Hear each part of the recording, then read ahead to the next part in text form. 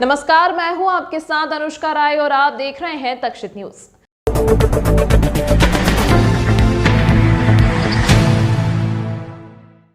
VIP पास के नाम पर फैलाई गई अव्यवस्था को लेकर धरने पर बैठे विधायक पारस जैन ने वीआईपी पास व्यवस्था बंद करने की मांग की है।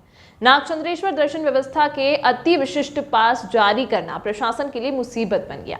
आम जनता हमेशा की तरह लाइन में लगकर दर्शन का आनंद लेती रही। आम जनता इतने लंबे रास्ते के कारण परेशान जरूर दिखी, मगर आस्था का भाव भी दिखा, इसलिए चुपचाप दर्शन करके लौट गई। किंतु पहली दफा अति विशिष्ट पासधारी परेशान हुए, तभी तो उत्तर विधायक ने दूरभाष पर साफ साफ कहा, पास जारी करो तो व्यवस्था करो, वरना वीआईपी पास व्यवस्था बंद करो। दरअसल उत्तर विधायक पारस जैन को सुबह से ही शिकायत मिल रही थी कि वीआईपी व्यवस्था में खराबी है, जिस पर विधायक ने कलेक्टर कुमार पुरुषोत्तम और एसपी सचिन शर्मा को इससे अवगत कराया था। व्यवस्था सुधारने के लिए कहा गया था। शाम को वह व्यवस्था देखने निकले तो कई जगह पर पासधारियों को अंदर जाने के लिए जूझते देखा। विधायक ने तत्काल जैसे तैसे इन लोगों को अंदर कराया, फिर घूमते घूमते अति विशिष्ट जन गेट पहुंच गए, जो कि नैवेद्य द्वार के नज़दीक बनाया गया था। जिस अति विशिष्ट गेट पर विधायक पहुंचे वहां ताला लगा था। ताला खोलने को कहा मगर मना कर दिया गया। नतीजा विधायक वहीं बैठ गए और बोले, तभी उठूंगा जब ताला खुलेगा। पहलवान के इस कदम की सूचना तत्काल प्रशासन तक पहुंची, जिसके बाद तत्काल ताला खुल गया। विधायक जैन का कहना है कि ऐसे पास देने से तो अच्छा है कि अगले साल से वीआईपी पास ही बंद कर दिए जाएं। आज सोमवार की सवारी महाकाल बाबा भ्रमण करते हैं और सबको दर्शन देने के लिए जाते हैं। इसी के अंतर्गत आज नाग पंचमी होने के कारण भी लोग ऊपर जाकर दर्शन करते हैं। आज के दिन साल भर में एक दिन नाग देवता दर्शन करते हैं।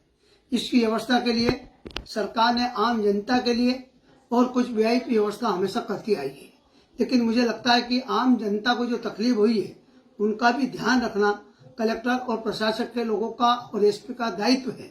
आज जब मुझे मालूम पड़ा तो मैंने देखा कि वहां पर बिगर पास के लोग जो है, कई लोग दर्शन करने जा रहे थे, जिन लोगों को पास दिए थे और आम जनता जो बाहर से आई थी उनकी बहुत लंबी लाइन होने के कारण यदि उसको 60 में कर सकते थे तो उनको कम चलना पड़ता।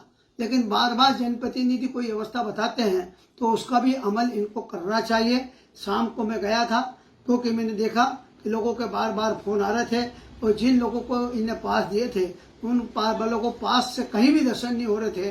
तो मैंने जाके देखा, जब मेन गेट पे देखा तो मैंने कहा यहाँ से जाने दें।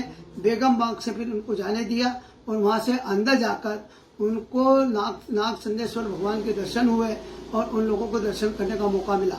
ये व्यवस्था चाहते तो प्रशासन पहले भी ये व्यवस्था कर सकता था, लेकिन बार बार गेट बंद करना, गेट की किसी को चाबी दे देना और आम लोगों को तकलीफ देना, इसमें सुधार की आवश्यकता है। मेरा कलेक्टर और एसपी से कहना है कि आप इस बात पे ध्यान देकर आने वाले भविष्य में यदि आप पास दें तो पास की व्यवस्था पूरी तरह से करने की कोशिश करें, अन्यथा नहीं तो किसी को भी पास नहीं दे। भगवान महाकाल के दरबार में कोई भी वीआईपी नहीं है, जिनको भी देखना हो दर्शन करेंगे। मैं हमेशा शिवरात्रि पर लाइन लग में के ही दर्शन करते आया हूँ, इसलिए मेरा जनता से निवेदन है कि जनता को जो तकलीफ आई है उसके कारण, जनप्रतिनिधि के कारण मैं माफी मांगता हूं और अधिकारी से कहता हूं कि आने वाली व्यवस्था अपनी सुधारने का कष्ट करें।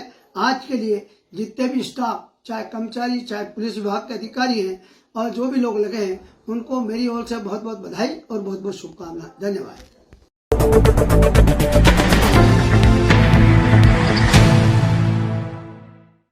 खाचरोद शासकीय जमीन पर कब्जा, गार्ड को 6 माह से नहीं मिला वेतन। कोठी पैलेस स्थित प्रशासनिक भवन में जिला पंचायत सीईओ ने की जन सुनवाई। शासकीय भूमि पर कब्जे के मामले का हुआ निराकरण। प्रति मंगलवार को होने वाली जन सुनवाई में आज कोठी पैलेस स्थित प्रशासनिक भवन के द्वितीय तल पर 11 बजे से की गई सुनवाई। जन सुनवाई जिला पंचायत सीईओ अजय देव शर्मा, अपर कलेक्टर मृणाल मीना, महेंद्र सिंह कवचे एवं अन्य अधिकारियों द्वारा की गई। जन सुनवाई में ग्राम बटलावदी खाचरोद के रामेश्वर शंभूलाल ने शिकायत की है कि उनकी गांव की गोचर भूमि जो कि शासकीय थी, कतिपय व्यक्तियों द्वारा निजी कर दी गई है। इसकी जांच की जाए। अपर कलेक्टर द्वारा एसडीएम खाचरोद को शिकायत निराकरण हेतु भेजी गई। इसी तरह उज्जैन के संजय राठौड़ व प्रदीप मीणा ने शिकायत की है कि वे सिक्योरिटी कंपनी में कार्य करते हैं तथा उनकी कंपनी NHAI द्वारा देवास उज्जैन मार्ग पर सेवाएं दे रही हैं। संबंधित ठेकेदार द्वारा सिक्योरिटी गार्ड का वेतन 6 माह से नहीं दिया जा रहा है। शिकायत को एसडीएम उज्जैन को निराकरण के लिए भेजा गया है।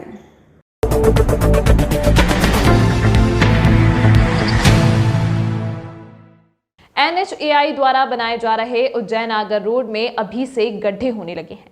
इससे इसकी निर्माण की क्वालिटी पर संदेह खड़ा हो रहा है। NHAI द्वारा उज्जैन जिले की घटिया तहसील में रोड का काम चल ही रहा है, पर रोड की हालत ये है कि आगे आगे रोड बनता जा रहा है और पीछे की ओर गड्ढे होते जा रहे हैं। वहीं ठेकेदार रोड की गुणवत्ता और अपनी गलतियों को छुपाने के लिए आनन फानन में रोड की रिपेयरिंग में जुटे हैं। इसी रोड पर रोज नेता व प्रशासनिक अधिकारी गुजरते हैं, पर सभी मूक बधिर बने हुए हैं। रोड पर हुए गड्ढों को देखा तो शायद इंजीनियर ने आंखों पर पट्टी ही बांध ली हो। तो वहीं आए दिन रोड पर हादसे हो रहे हैं। साथ ही दिशा सूचक लगाना भूल गए हैं। जहां पुरानी पुलिया है वहां रोड सकरा कर दिया गया है। मध्य प्रदेश शासन ने जो इस कंपनी को ठेका दिया है और इस ठेके में जो रोड की साइज़ है वो भी कम है। अन्य 4 लाइन की तुलना में इसकी साइज़ कम है।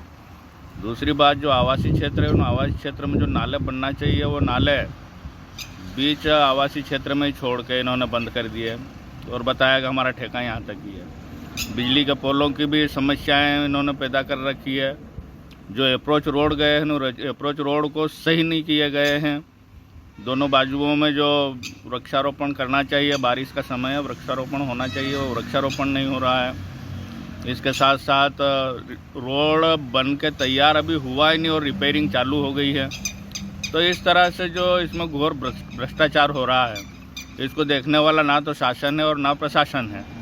प्रशासन को भी चाहिए कि इसको देखे और शासन को भी चाहिए कि इसको देखे और ठेकेदार को भी चाहिए कि वो अपनी ईमानदारी से काम करे। इसके साथ साथ जो समय सीमा थी वो समय सीमा भी इन्होंने पार कर दी है और नागरिक लोग इससे बहुत बेहद परेशान हो रहे हैं। इसके साथ साथ जो दिशा सूचक होना चाहिए वो नहीं है, जो अप्रोच को बताने वाले चिन्ह होना चाहिए वो नहीं है और किलोमीटर कोई आदमी कहीं यदि चलता है तो उसे पता ही नहीं चला कि हम कहाँ जा रहे हैं और कहाँ पहुँचे हैं। तो ना तो उनके गाँवों का नाम जो बीच में आया उनका नाम है, ना कहीं वो किलोमीटर उसमें दर्शाए गए हैं। इस तरह से व्यवस्थाएं पूरी तरह से बिगड़ी हुई है। तो मैं चाहता हूं शासन और प्रशासन से और ठेकेदार से भी कि वह इनमें सुधार लाए और नागरिकों को सुविधा मुहैया करवाएं, क्योंकि यह सब नागरिकों का रुपया है जो सरकार खर्च कर रही है। नागरिक को चाहिए कि इसका लाभ पूरा उठाए और सरकार को चाहिए कि यह लाभ पूरा दिया जाए। हाल ही में ये जानकारी मेरी भी संज्ञान में आई थी भ्रमण के दौरान, जिस संबंध में मेरे द्वारा समक्ष में जो परियोजना निदेशक हैं नेशनल हाईवे के, उनको ले जाकर भी अवगत करा दिया गया है। परियोजना निदेशक का कहना है कि जहां पर गड्ढे हो गए हैं उन गड्ढों को पुनः नियमानुसार भराई की जाएगी। साथ ही ये भी जांच की जाएगी कि किन कारणों से वर्षा काल के प्रारंभ में इस प्रकार के गड्ढे हुए हैं। साथ ही पौधारोपण की बात है, कुछ स्थानों पर पौधारोपण उनके द्वारा अवगत कराया गया कि प्रारंभ किया गया है, किंतु जहां बीच बीच में चैनल और बनाए गए हैं रोड के बीच में, उन पर भी वृक्षारोपण के लिए उनको निर्देशित किया जा रहा है।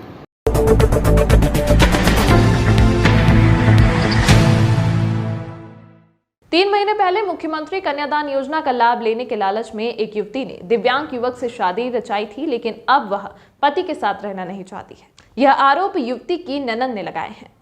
दरअसल मामला ये है कि 3 महीने पहले मुख्यमंत्री कन्यादान योजना के तहत लोकेंद्र और शिवानी की शादी हुई थी। अब 3 महीने बीत जाने के बाद युवती पति के साथ रहना नहीं चाहती है। जब इस बात का विरोध उसकी ननद ने और पति ने किया तो उसने ननद के साथ मारपीट की घटना को अंजाम दिया। बताया जा रहा है कि युवती ने मुख्यमंत्री कन्यादान योजना के तहत मिलने वाले पैसों के लिए लोकेंद्र से शादी की थी। जब लोकेंद्र की शादी करने के बाद पैसे उसके खाते में पहुंच गए, वह अब दूसरी शादी की तैयारी में है। फिलहाल चिमनगंज थाना पुलिस ने लोकेंद्र की बहन के साथ मारपीट का मामला दर्ज कर लिया और आरोपी की तलाश शुरू कर दी है। ननद के सर पर चोट आई है। विवाद ये हुआ था कि वो मेरी ज्वेलरी लेके जा रहे थे, तो हम जैसे ही मैं घर आई तो मैंने देखा कि जा रहे हैं, मतलब उनका बैग वगैरह भी था और तो वो लेकर जा रहे थे। तो उन्होंने मतलब है ना वो मेरी ज्वेलरी भी लेके जा रहे थे। मैंने देखा घर पे जाके, तो हमने उनको रास्ते में, मेरा भाई भी था मेरे साथ में, तो उन्होंने मेरे बाल पकड़ के ऐसे कैसे मेरे को है ना ज़मीन पे शांति निकेतन स्कूल से लेके तो छोटे गेट तक मेरे को घीस दिया, और पता नहीं उनके हाथ में क्या चीज़ थी नुकीली, तो उससे मुझ पे वार किया। क्या नाम है जिसने हमला किया आप पर? शिवानी कौन लगती है आपकी? भाभी लगती है मेरी। अच्छा, ये शिकायत क्या करी आपने? शिकायत चिमनगंज थाने में करी है। मारपीट का हुई आपको? मारपीट ये शांति निकेतन स्कूल के यहाँ पे पटेल नगर। ठीक है, आपका नाम बताइए। पूर्णिमा तंवर।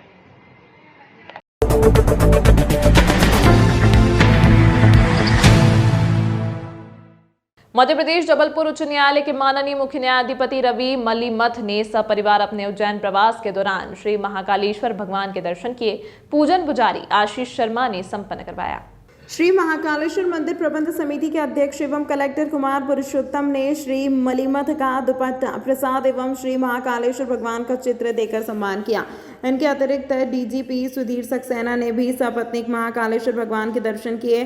पुलिस ऑफिसर मैस आगमन पर आईजी संतोष कुमार सिंह, डीआईजी अनिल सिंह कुशवाहा व एसपी सचिन शर्मा ने उनकी अगवानी की। इसके बाद वे सीधे महाकाल मंदिर गए। यहाँ उन्होंने भगवान महाकाल व नाग चंद्रेश्वर के दर्शन किए।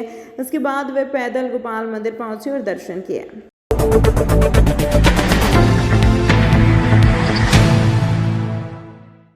तमाम महत्वपूर्ण खबरों के लिए देखते रहिए तक्षित न्यूज।